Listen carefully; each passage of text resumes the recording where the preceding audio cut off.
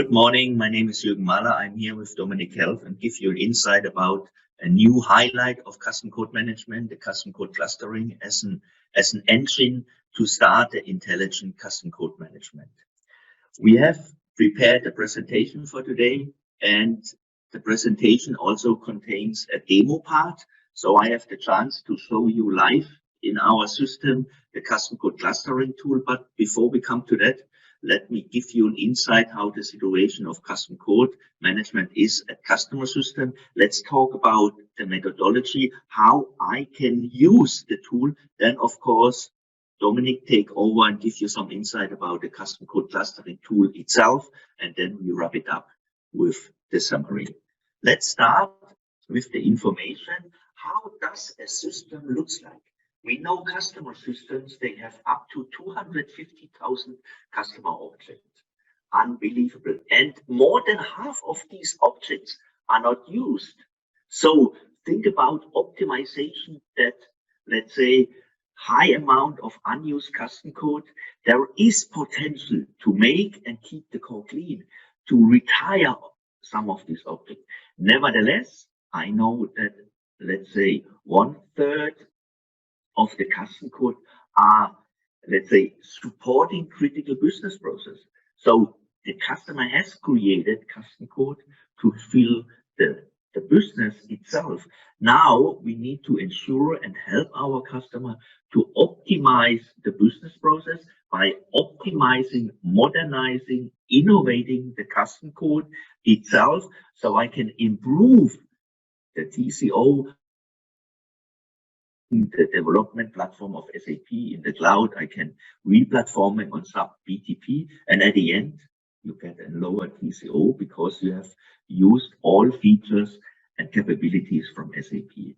If you have done already a custom code or a system transformation, so you know that also the custom code object has to transform. And now we know, for example, on the way to S/4HANA, we know S/4HANA is a new product. So we have tons of improvements in S/4HANA in terms of data model change, in terms of reduction of redundancies, etc., etc.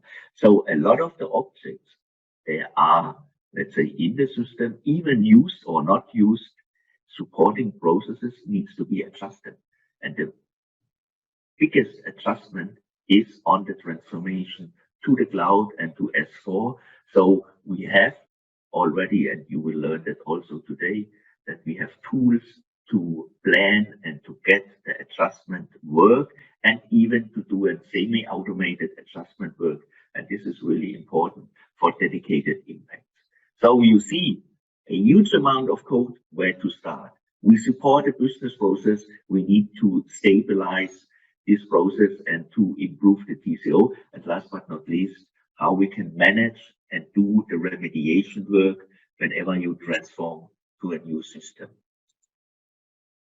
If we see our environment, and probably you know these pictures, we have a foundation. We have an ECC system, and the ECC system moved to the S/4HANA system or transferred to the S/4HANA. And within the S/4HANA system, we have a lot of possibilities to behave differently, to innovate and do a modern development possibility. Either, and you see it on the right-hand side, using side-by-side development with our SAP Business Technology Platform, or to use in the S/4HANA the extensibility possibilities. And even maybe you know now, since the last release of S/4HANA on-premise, we even have the cloud development capabilities in the S/4HANA on-premise system. So we can nowadays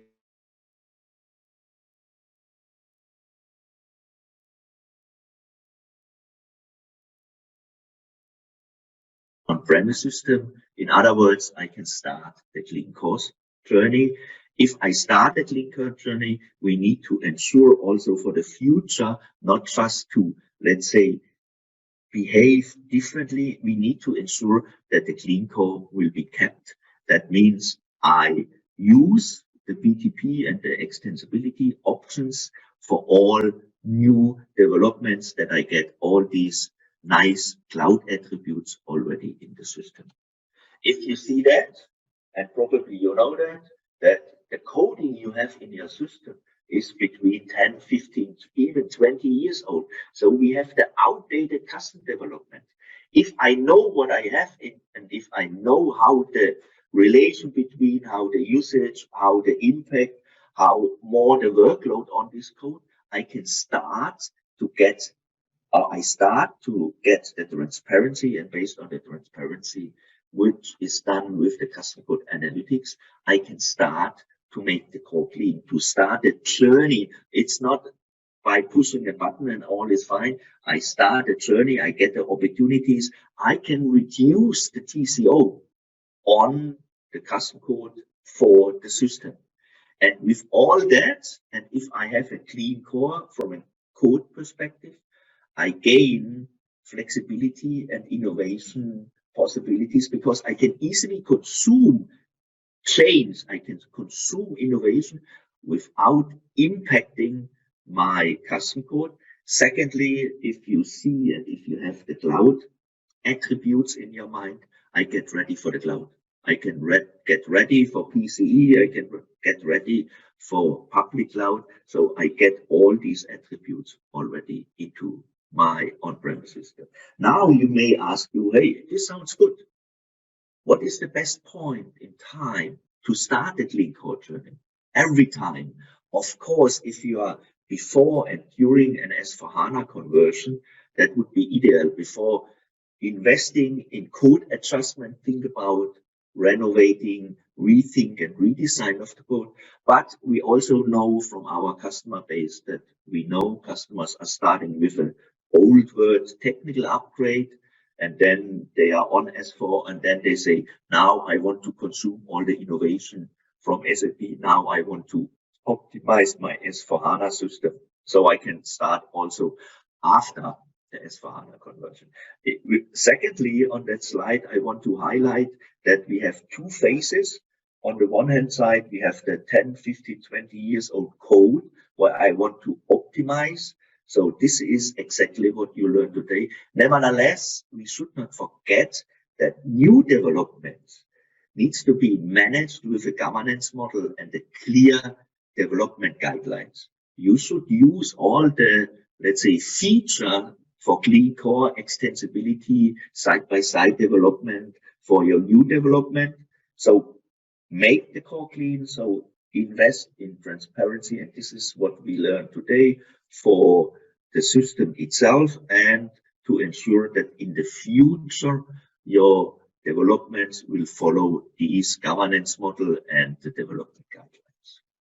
Good. Let's talk about the methodology, and again, let's start with the existing features and existing functionality. We have here a funnel and the bubbles, and here you will see these are individual objects up to 250,000. One information you may heard is that we can start the retirement journey by measuring which of the objects here are used.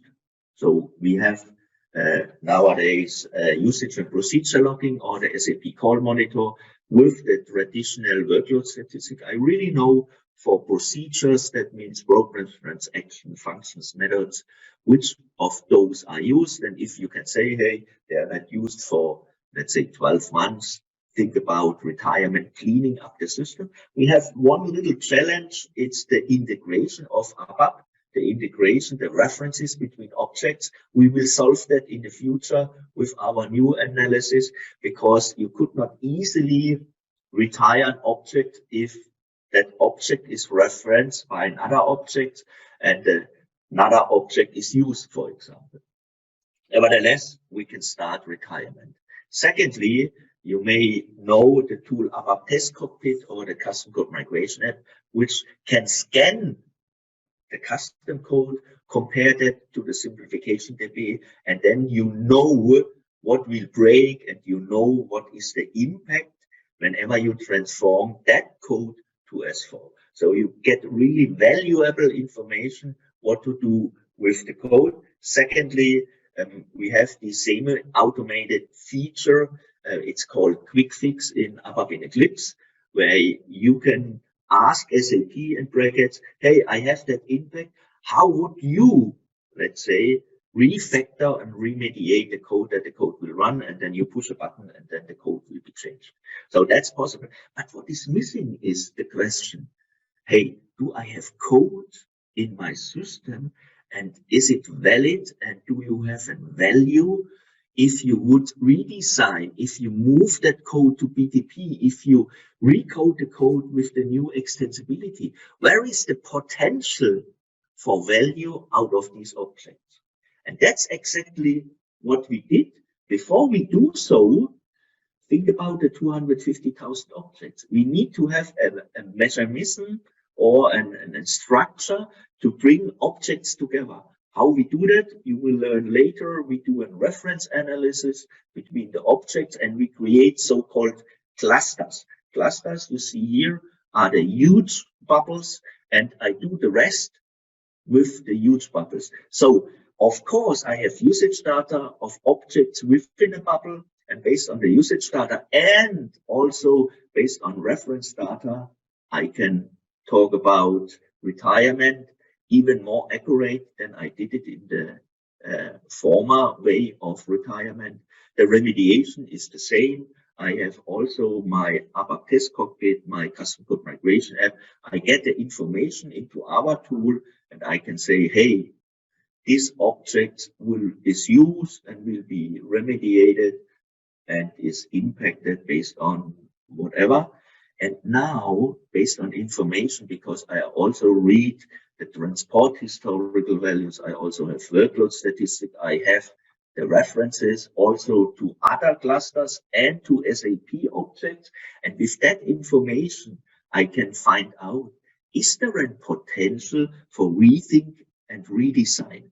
Rethink, redesign means I think about redesign in terms of side by side. Can I move that customer requirement maybe to the BTP, doing a decoupled development, or maybe I need to use our new extensibility possibility. Maybe you heard that in-app extensibility or key user extensibility. Maybe there are features available to fulfill my customer requirement with the new way of implementing that. And with that, I can ensure that my system, if you see that as a system, start and to keep the core clean. This was the highlight of, let's say, the methodology. Now I hand over to Dominic, and Dominic will give you some insight about the clustering tool. Thanks a lot, Jürgen. Okay, so let's go. So I have prepared very few slides only to actually just introduce this technical approach and also to learn a little bit more about the backgrounds of how this clustering works in general. So first of all, we need to distinguish. So actually clustering as a technical approach has two steps. Yeah, the first one, and this is, let's say, very simplified here with the left-hand side picture. It's actually completely changing the perspective. So our idea here, is that, let's say, originally with all the data we have used, when we did, let's say, system and code-based assessments, the challenge was always that we have looked at custom code only at, let's say, object level. And as Jürgen already said, a typical, a normal situation nowadays is that we easily reach 200, 250,000 or even more custom code objects in a customer system, but since ever, all of our, let's say, tools and statistics, when it comes to quality, when it comes to usage, when it comes to impact or quality, was always bound to an object. However, just talking about numbers, with more than 200,000 code objects in the system, if you would like to make decisions easy, what to do with the entire custom code, so we need to change the perspective. And this change of the perspective is exactly what we target for with introducing the reference cluster.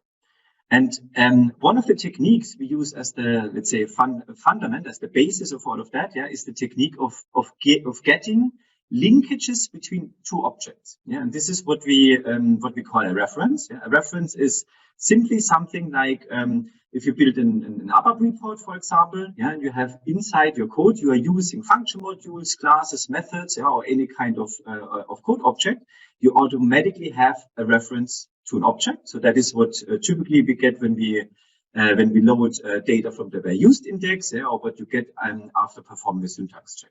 However, we have more references, yeah, because we have also application frameworks, yeah, where you can connect at runtime, or we have business events where you can connect at runtime some set function modules or pointing to some customer classes, yeah, to introduce, let's say, in the code flow of SAP to also introduce, yeah, the switch to some custom code, yeah, where we get also a reference point when we load data from these kind of application frameworks. And we have many examples like that, yeah, in the history of, let's say, the past 20 years.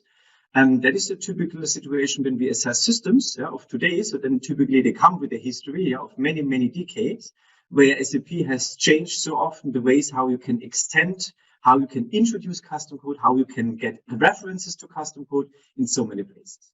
And so therefore, the first thing is really coming from this, let's say, object-focused perspective of a classical system, yeah, to not look at the repository of coding, yeah, in an object-based, but moving to this kind of cluster view. Yeah, as I said, the first starting point is to get all of these linkages, yeah, from our various data sources in order to get something like these skeletons. And then we have a lot of, let's say, algorithms, yeah, from the, let's say, coming actually from the network theory, and to cut down the clusters into pieces. Yeah? And this is, again, just the first step, yeah, of what we do with the clustering, because in order, I mean, why are we doing that? Yeah, so we want to bring the amount of custom code to a different level. Yeah, and I mean, just to get a comparison. Yeah, so instead of talking about 200,000 code objects, we, let's say, in a typical customer situation, maybe we talk about, yeah, let's say 1,000, 1,500 clusters, where we have then maybe to discuss, okay, what is the background of the cluster? Why does it exist? Yeah, what is a top prio cluster? Yeah, what is a cluster we would like to retire? And then all these, let's say, identification of clusters, yeah, and pointing them to one of the buckets, yeah, so retirement cluster or remediation cluster or replatforming cluster. So these are then the decisions we would like to make based on a cluster. Yeah, but technically seen, a cluster is simply a piece list of code objects. And it's just, let's say, the result of smart algorithms, yeah, which pack all these code objects based on reference analysis together in one cluster. The second part, yeah, and actually this is the part where we actually use for the value add of the whole process here is we enrich the cluster. So just with the technical skeletons, yeah, you would get let's say 1,500 skeletons out of a customer system. However, in order to do the decision making, yeah, in order to really see the inside of a cluster and as part of a transformation or which cluster we can maybe easily retire, we need data. And this is the second step. Yeah, so actually the whole clustering approach really comes with a lot of data. So actually we talk about millions, yeah, or hundreds of millions of records, what we have to extract from various sources.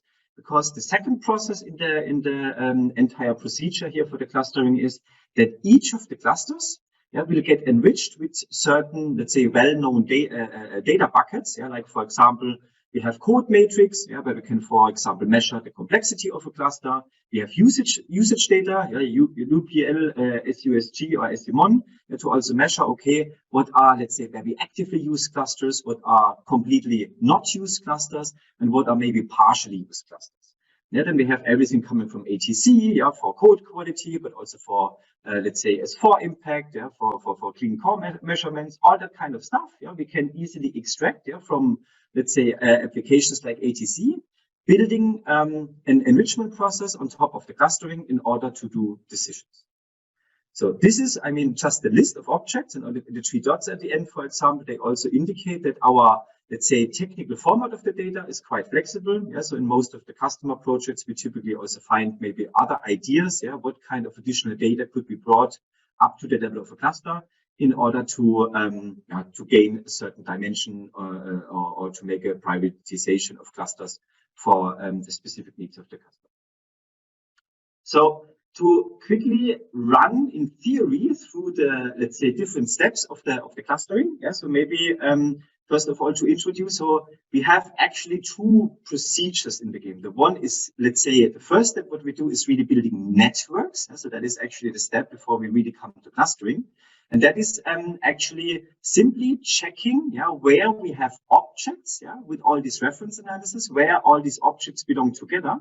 And we put everything in a network which has, let's say, no interaction with anything outside the network.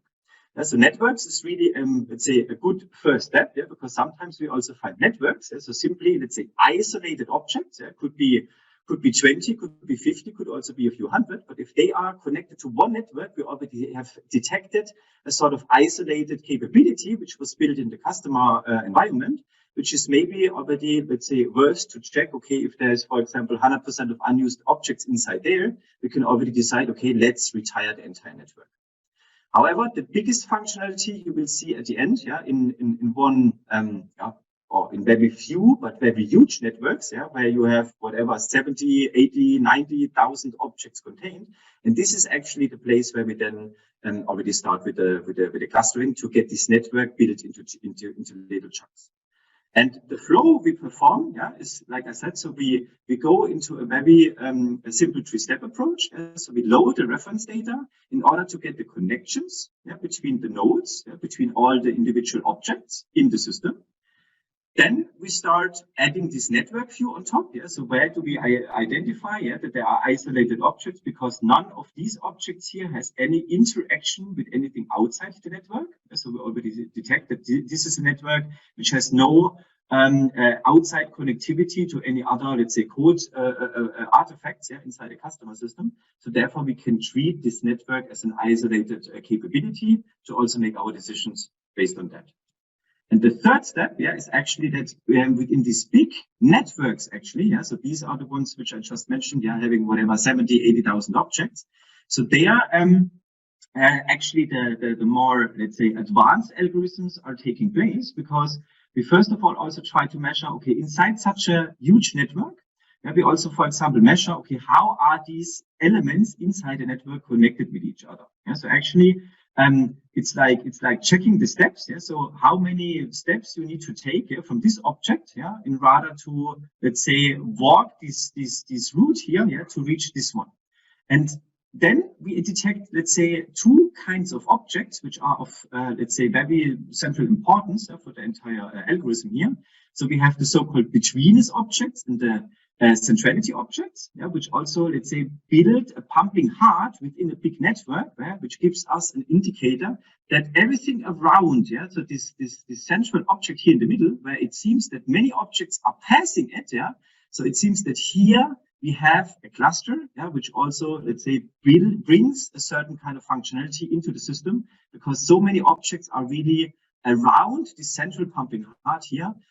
Let's say, which means there is a certain meaning for the entire, let's say, activity in the system, yeah, which is then, let's say, one reason why we potentially have one cluster here with one part of a functionality.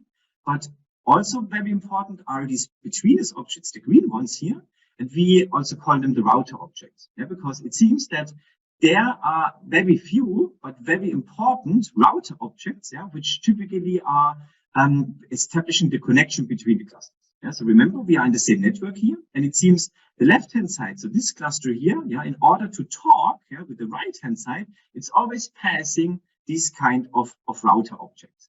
And this is something what we can measure, yeah, as part of the flow of the algorithm, to also detect, okay, where do we have to cut this network into pieces? Yeah, so this builds at the end the clusters. And where do we have such kind of these router objects? Because they are of a very central meaning for the entire system and system stability. Because if they are really the connector between clusters, then of course we also need to check, okay, what is behind? Yeah, if there would be something wrong with these kind of objects, then an entire network would have, let's say, huge problems. So why we do, or what we do with the result? Yeah, so this is, let's say, the value here with the cluster-based analysis.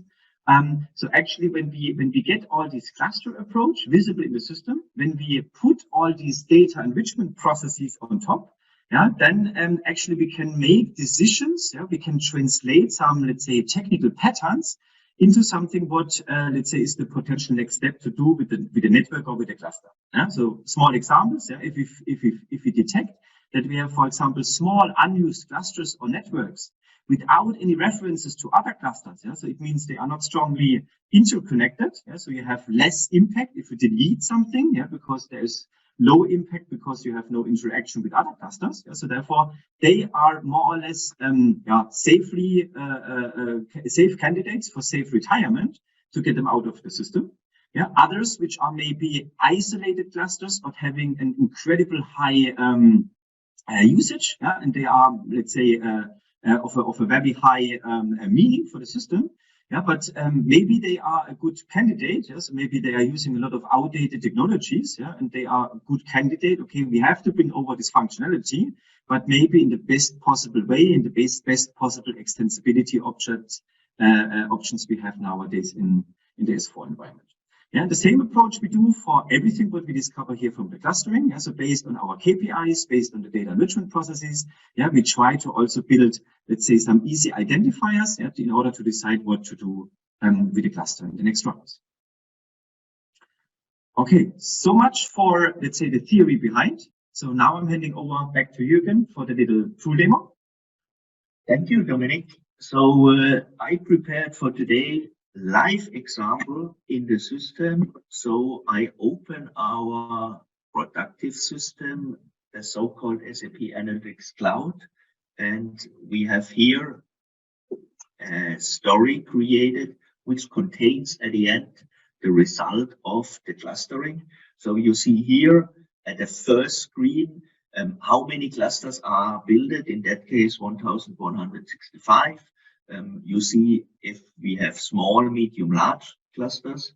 And now the most important information, how I can, let's say, classify the clusters. So you see here almost 500 clusters. We say keep these clusters. So we found information, we have no impact, etc. In the same category, we have the remediation clusters. You see here, we have almost 400. Where we have information from ATC, for example, that in that case, we have a change from ECC to S4. For example, you didn't select on basic. Basic, you know, we changed the data model in financial. It's now a different table. Maybe you can also use an API for that. So you will get information how to correct the code without changing the business process, the refactor remediation.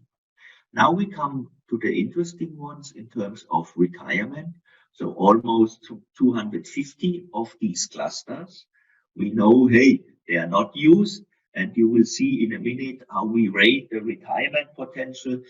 You can imagine if an object in a cluster and the cluster is referenced from other objects, you have to ensure that the other objects are not used. If the other objects are used, even the reference object is not used, you have to do a little bit more. That doing a little bit more, that means you need to cut the references that you can, let's say, retire such objects in a cluster. And last but not least, also the potential for rethink, redesign. Remember, and I show you in a minute, for example, these are objects which are used.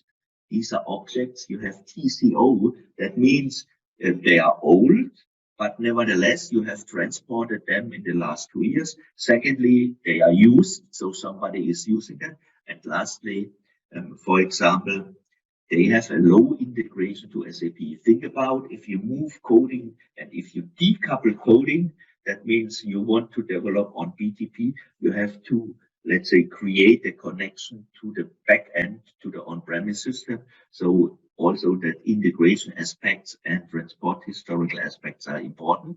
And you see on the left-hand side, just as an example, the application component.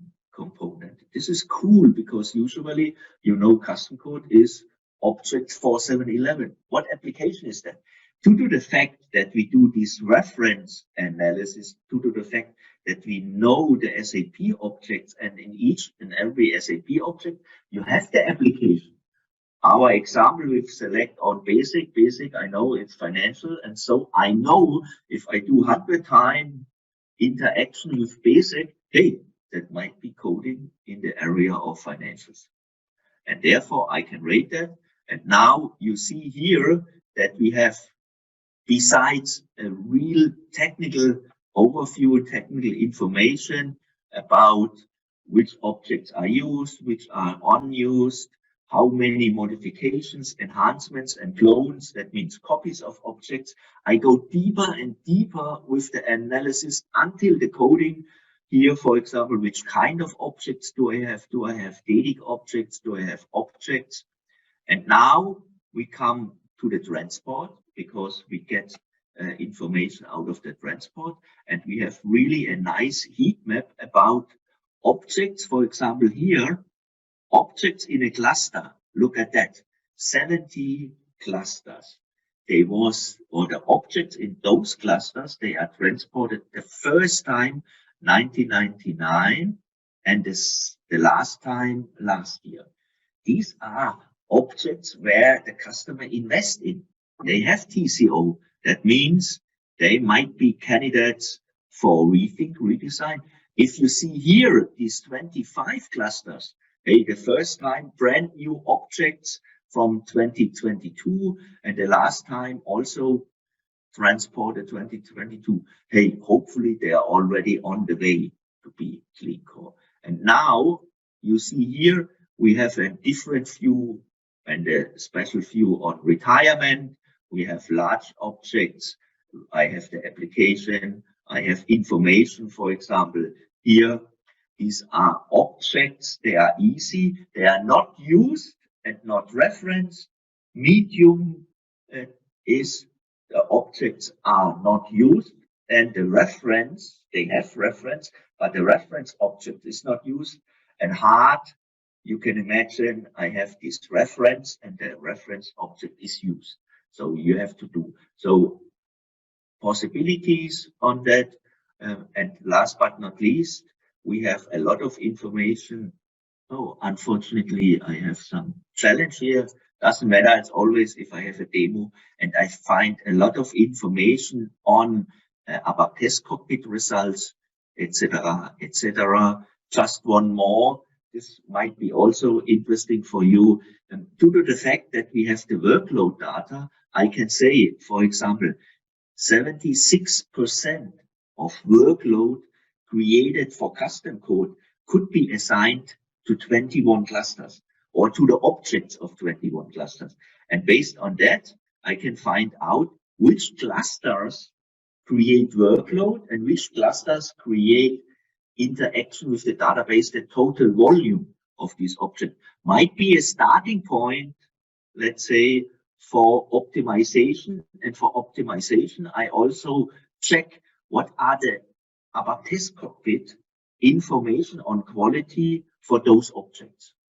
So we have all that information, and we should not forget the rethink, because these are the clusters we find out they have a low interaction to SAP.